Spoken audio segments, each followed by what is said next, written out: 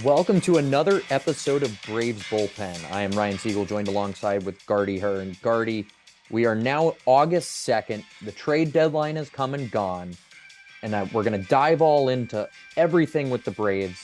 But before we do that, we're going to make a quick announcement. We mentioned last show that the Braves are now a publicly traded team. Well, you're now looking at two shareholders. Him, me, Owners. shareholders, owners in the Atlanta Braves. So we're going to be throwing a lot more we around. A lot more weight. A lot more we. You know, it used to be, the Braves this, the Braves that. No. We. Me, you, we. Mm-hmm. We.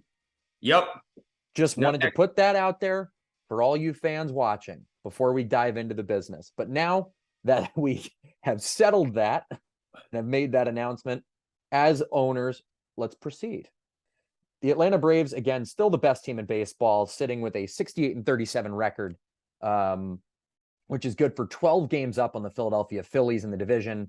It is the best record in baseball. However, not the strongest of starts comes out of the All-Star break. Only 8-7, have split series with almost everybody with the exception of the Milwaukee Brewers.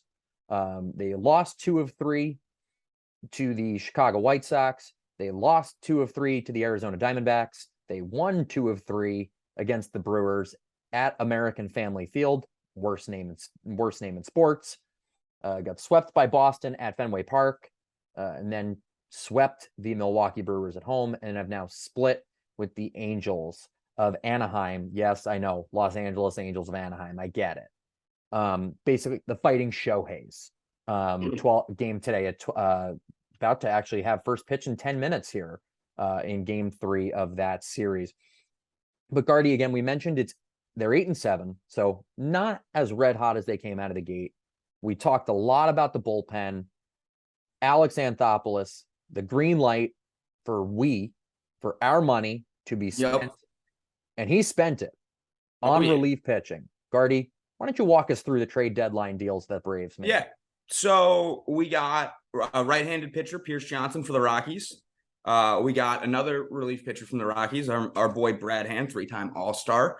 We got an infielder, utility guy, plays all 4 positions, Nicky Lopez. We got another right-handed pitcher from the Rays off waivers, Yanni Chirinos. I definitely butchered that last name. And then finally, it's a tough one. We got Ben Heller. Once again, we really like trading with the same teams or picking from the same teams. We got Ben Heller from the Rays for cash considerations, right-handed pitcher. So, I mean, as we've talked about multiple times on the show, right, bullpen, that's been a big issue. In the big kind of note that all those eggheads who aren't as smart and don't have a cool vintage batting helmet were, knocking our boy Anthopoulos a little bit for not going out and getting a starting pitcher. But we have Max Fried coming back. But he went out and dressed the big thing that you and I have consistently ragged on for about 2.5 years now, which is the bullpen. And he went out and he got 4 guys, one of whom is a stretch 5, a long inning middle reliever in Yanni Chirinos. So, I mean, I'm a happy camper. We still have all of this talent. Maybe having, a Nicky Lopez who can, who gets on base, who can play all 4, positions in the infield, that can also maybe help some of these bats through the end of, August into September, these kind of dog days, because we are just so much better than everybody else, especially in our division. I mean, we got 12 games up in the loss column on the next closest team. Yeah, absolutely right. And you mentioned Max Fried. Again, also Kyle Wright, also still on the 60-day injured list. So starting pitching, if it can return to pre-injured form, isn't going to be an issue. You have Strider, Bryce Elder has come out of nowhere. You're going to have hopefully a healthy Max Fried. Max Fried is expected to join the team again this week. He could start as early as Friday at Wrigley Field. He completed his 4th and final rehab start on Saturday for that left forearm strain. He's posted a 3.75 ERA, a 1.5 WHIP, and a 9.8 strikeouts per 9 innings. And that's between his time in Gwinnett and in High A Rome. He has pitched in both places. But again, Gardie, to your point, the bullpen.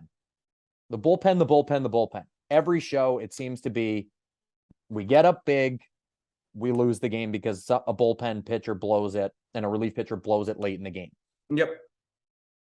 Now, hopefully, again, knock on wood, depending on who everybody, how everybody reacts to coming to Atlanta. Yeah. The Battery, Truist Park, all of it. You address it with Brad Hand alone, let alone, the rest of your deals here at the deadline. And again, to your point, 12 games up on the Philadelphia Phillies, and everybody is still contributing at a high level. Ronald Acuna Jr. is hitting 331. 331. That's with almost 500 at bats. He's hitting 331. Matt Olson, yes, average is not as great as you necessarily want it to be, but 260 with 36 home runs isn't anything to sneeze at either. And he is what, like 89, 90 RBIs? He's at 90 RBIs. He's going to hit 100 RBIs before the end of the month. Yeah. Let alone. And I know his 90 RBIs leads the major leagues. And I think his 36 home runs are tied for second or tied for first. But yeah, he's hitting the crap out of the ball. And when your worst hitter in your lineup, and that is Marcell Ozuna, is hitting 235, you're complaining about first world 1% problems here.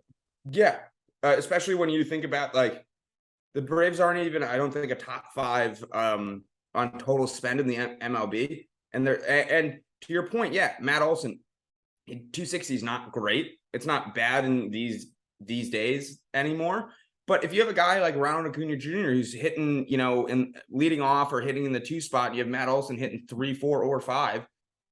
You have a guy who's getting on base with a 331 batting average. That's not counting walks. That's not counting hits by pitches either. And so no wonder he has 90 RBIs by the time it's August 2nd. Yeah. And again, looking at it just even further, right? The Braves can score runs. Again, the Braves have a 152.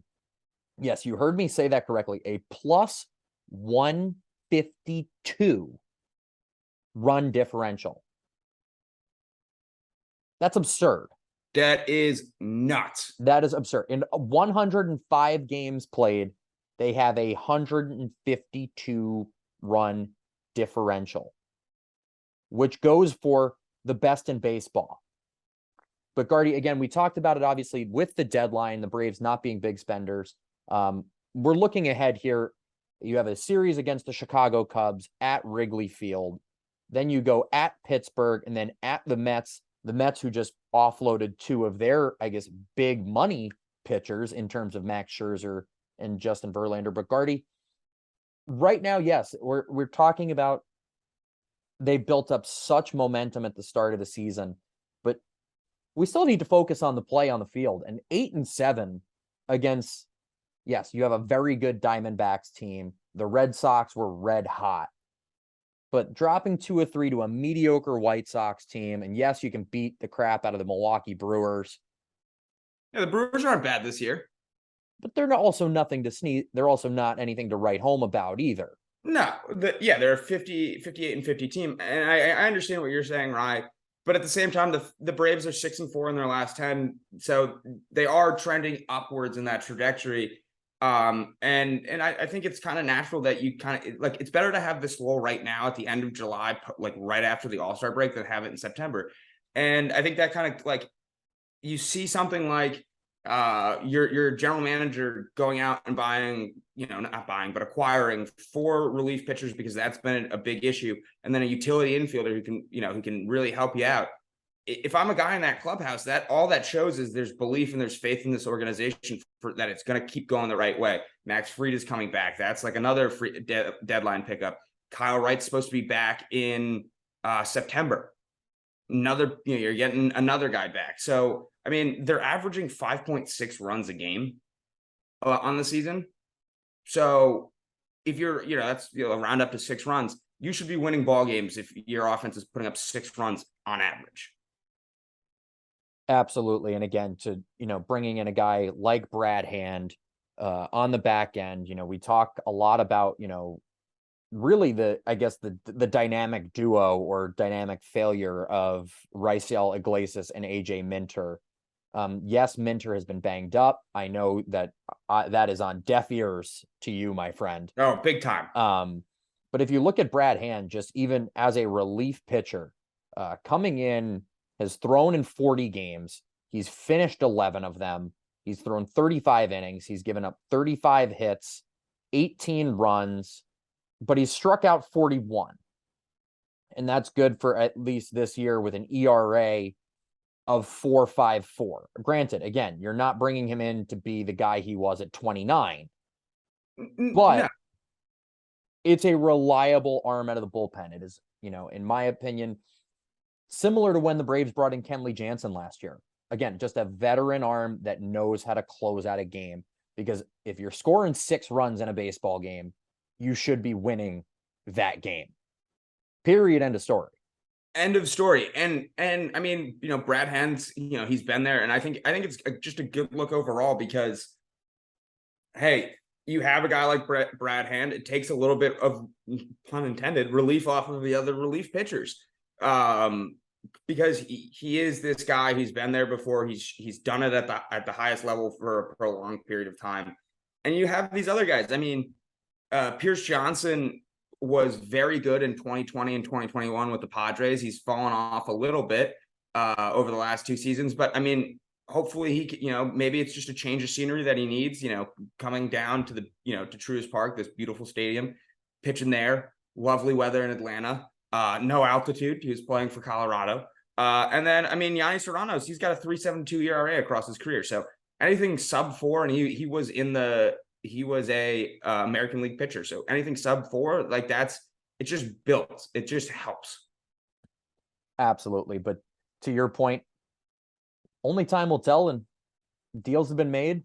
Now you got to go out and execute. Yep. I mean, and that's to your point, like where we started on this. If you're 8-7, you got to play. You're going to spend this money, you got to win. But I mean, it's hard hat season. We're getting our ABs in.